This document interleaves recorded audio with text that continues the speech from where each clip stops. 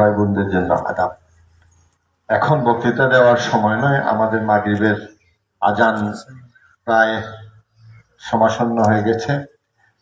শুধু এইটুকুই বলবো, আজকে যারা এই অনুষ্ঠানটি আয়োজন করেছেন, ভয়েস অফ বালাগঞ্জের পক্ষে যিনি আজকের এই সভাপতির আসন অলঙ্কৃত করেছেন জনাব তারেক আহমদ, এখানে উপস্থিত আছেন যে সকল ব্যক্তিবর্গ নিজেদের জীবন তুচ্ছ করে মহান স্বাধীনতা যুদ্ধে অস্ত্র হাতে দেশের জন্য লড়াই করে গেছেন, যাদের ত্যাগের বিনিময়ে দেশটি স্বাধীন হয়েছে, এবং এই দেশটি স্বাধীন হওয়ার সুবাদে আমরা যারা এখানে বসে কেউ ডাক্তার, কেউ আইনজীবী, কেউ অন্য ব্যবসায় জড়িত, কেউ বা রাজনীতি করছি, সবই কিন্তু দেশ স্বাধীন হওয়ার বদৌলতেই সম্ভব হয়েছে।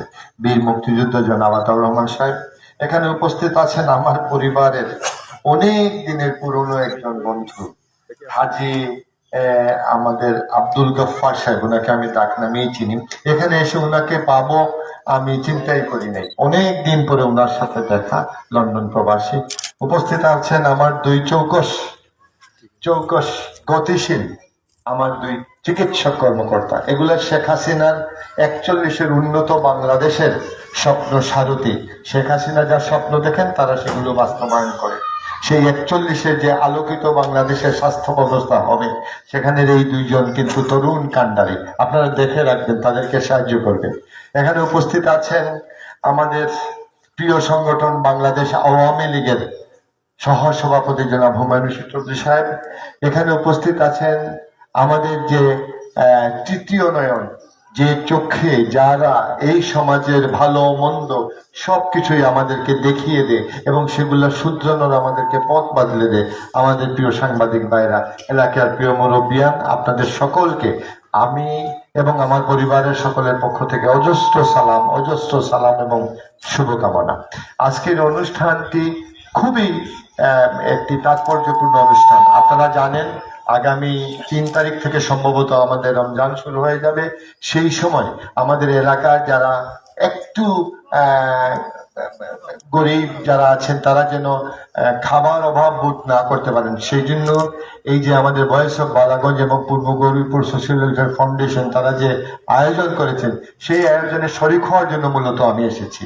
আরেকটি কারণে আমি এসেছি, বিগত জাতীয় সংসদের উপনির্বাচনে আমি এখানে এসে আপনাদের সামনে উপস্থিত হয়েছিলাম, পরিচিত হয়েছিলাম। এই কারণে আপনাদেরকে বলেছিলাম যে আমার দল বাংলাদেশ আওয়ামী লীগ যদি আমাকে নমিনেশন নাও দেয়, তারপরেও আমি আপনাদের কাছে সব সময় আসবো, এবং সেই কমিটমেন্টের কারণে, সেই ওয়াদার কারণে আমি আপনাদের সামনে এসেছি। আজকেও বলে যাচ্ছি, আমি এখন একজন ফ্রি মানুষ। আমার সরকারি চাকরি থেকে আমি রিটায়ার করেছি, যদিও আমার পূর্ববর্তী বক্তারা বলে গেছেন সারা বাংলাদেশে আমার ঘুরে বেড়াতে হয়। আগামী পরশুদিন আমি চলে যাব সেই আমাদের কুষ্টিয়া, যশোর, ওইদিকে আমি ওইদিকে 2-3 দিন থাকবো। তারপরেও ঘুরে ফিরে আপনাদের কাছে আসবো। আমি আপনাদের কাছে ঋণী, আপনাদের মাটির কাছে ঋণী। আপনাদের মাটির সাথে আমার রক্তের বাঁধন রয়েছে। আর আমার আরেকটি বাঁধন রয়েছে, আপনারা সকলেই শুনেছেন, আমার বড় ভাই বীর মুক্তিযোদ্ধা এনামুল হক চৌধুরী, যিনি অসুস্থ থাকা অবস্থায় কোনো নির্বাচনী প্রচার না করেও 79 এবং 86 সালে দুইবার তিনি আপনাদের বুটে নৌকা প্রতীক নিয়ে বাংলাদেশ জাতীয় সংসদের প্রতিনিধি হয়েছিলেন। সেই ভাই আজ আমাদের মাঝে জীবিত নেই, কিন্তু তার প্রতি আপনারা যে মায়া মমত্ববোধ দেখিয়েছিলেন, সেই ঋণ শোধ করার দায়িত্ব কিন্তু আমার। এলাকার ঋণ শোধ করার দায়িত্ব আমার। পিতা হিসাবে এই মাটির সাথে আমার রক্তের বাঁধন রয়েছে, সেখানেও আমার আপনাদের সাথে ঋণ রয়েছে। সেই সকল ঋণ শোধ করার জন্য আমি বারবার আপনাদের মাঝে আসি। এই পূর্ব গৌরীপুরে বিগত 2 মাসে সম্ভবত আমার 3য় অথবা 4র্থবার এখানে আসা। আপনারা আমার জন্য দোয়া করবেন, আমার পরিবারের জন্য দোয়া করবেন। আমি সকল সময় আপনাদের পাশে থাকবো, ছায়ার মতো থাকবো। আমি কি পাবো কি না পাবো ওইটা আমার কোনো বিষয় নয়। আমি যা পেয়েছি এই বয়সে, মহান সৃষ্টিকর্তা আল্লাহ তাআলা আমায় যা দিয়েছেন 100-তে 100 পেয়ে গেছি, আর আমার পাওয়ার তেমন কিছু নেই।